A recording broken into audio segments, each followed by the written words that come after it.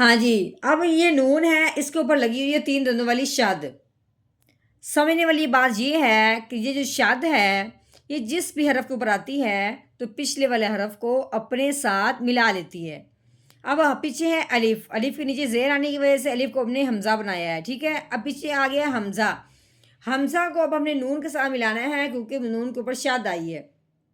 اب آگے دیکھیے کہ لام ہے، اس کے اوپر آئی ہے شد۔ اب ہم نے نون کو لام کے ساتھ ملانا ہے کیونکہ اس کے اوپر شد آئی ہے، یعنی کہ یہ شد جس حرف کے اوپر آئے، یہ جزم جس حرف کے اوپر آئے تو پچھلے والا جو حرف ہوتا ہے اس شد والے حرف کے ساتھ ملے گا۔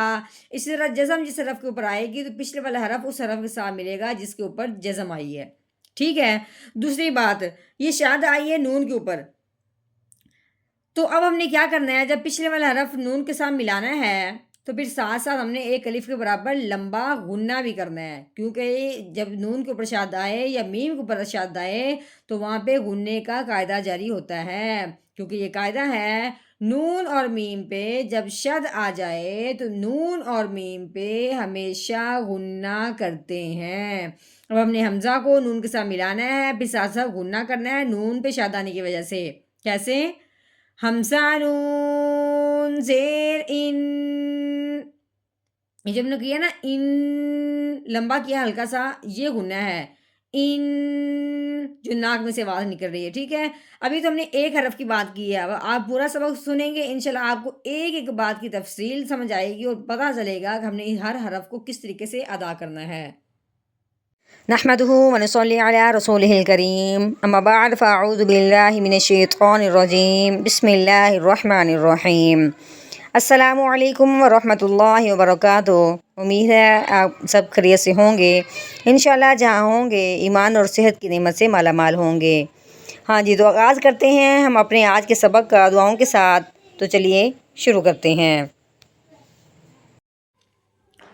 اللہم صلی علی سیدنا و مولانا محمد وعلی آل سیدنا و مولانا محمد وبارک وسلم۔ رب اشرح لی صدری ویسر لی امری واحلل عقدۃ من لسانی یفقہوا قولی۔ رب زدنا علما، رب زدنا علما، رب زدنا علما۔ اعوذ باللہ من الشیطان الرجیم، بسم اللہ الرحمن الرحیم۔ ہاں جی، یہ الف ہے، الف کے نیچے زیر لگی ہوئی ہے، ٹھیک ہے۔ الف کے اوپر زبر ہو، الف کے نیچے زیر ہو یا پیش ہو الف کے اوپر تو اس الف کو الف نہیں پڑھتے، اس الف کو حمزہ پڑھتے ہیں۔ اب اس الف کے نیچے زیر آنے کی وجہ سے اب ہم نے اس کو حمزہ کہنا ہے، ٹھیک ہے۔ اس کو پڑھنے سے پہلے آگے دیکھا ہے، آگے نون کے اوپر 3 دندوں والی شاد لگی ہوئی ہے۔ شاد والا جو بھی حرف ہوتا ہے پچھلے والا حرف اس حرف کے ساتھ مل جاتا ہے جس کے اوپر شاد لگی ہوتی ہے۔ تو پھر جب آئے نون، شاد آئے نون کے اوپر تو جب پچھلے والا حرف اس نون کے ساتھ ملے گا، کیونکہ ہر شاد والے حرف کے ساتھ پچھلا حرف ملتا ہے، جب پچھلا حرف نون کے ساتھ ملے گا تو نون کے اوپر ہمیشہ غنہ کرتے ہیں ایک الف کے برابر کھینچ کے، جیسا کہ اب ہم نے حمزہ کو اس نون کے ساتھ ملانا ہے، ٹھیک ہے، اور ساتھ ساتھ ہم نے ایک الف کے برابر غنہ بھی کرنا ہے۔ کیسے؟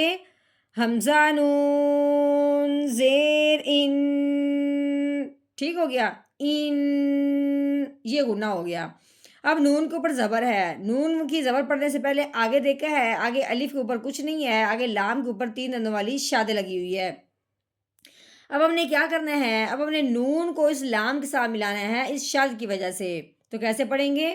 نون لام زبر نل، ان نل، اب لام کے اوپر زبر لگی ہوئی ہے، لام زبر لا، ان اللہ، رال کے نیچے زیر آ گئی ہے، آگے یا ساکن ہے کیونکہ یا کے اوپر جزم آئی ہے تو یا ساکن ہو گیا۔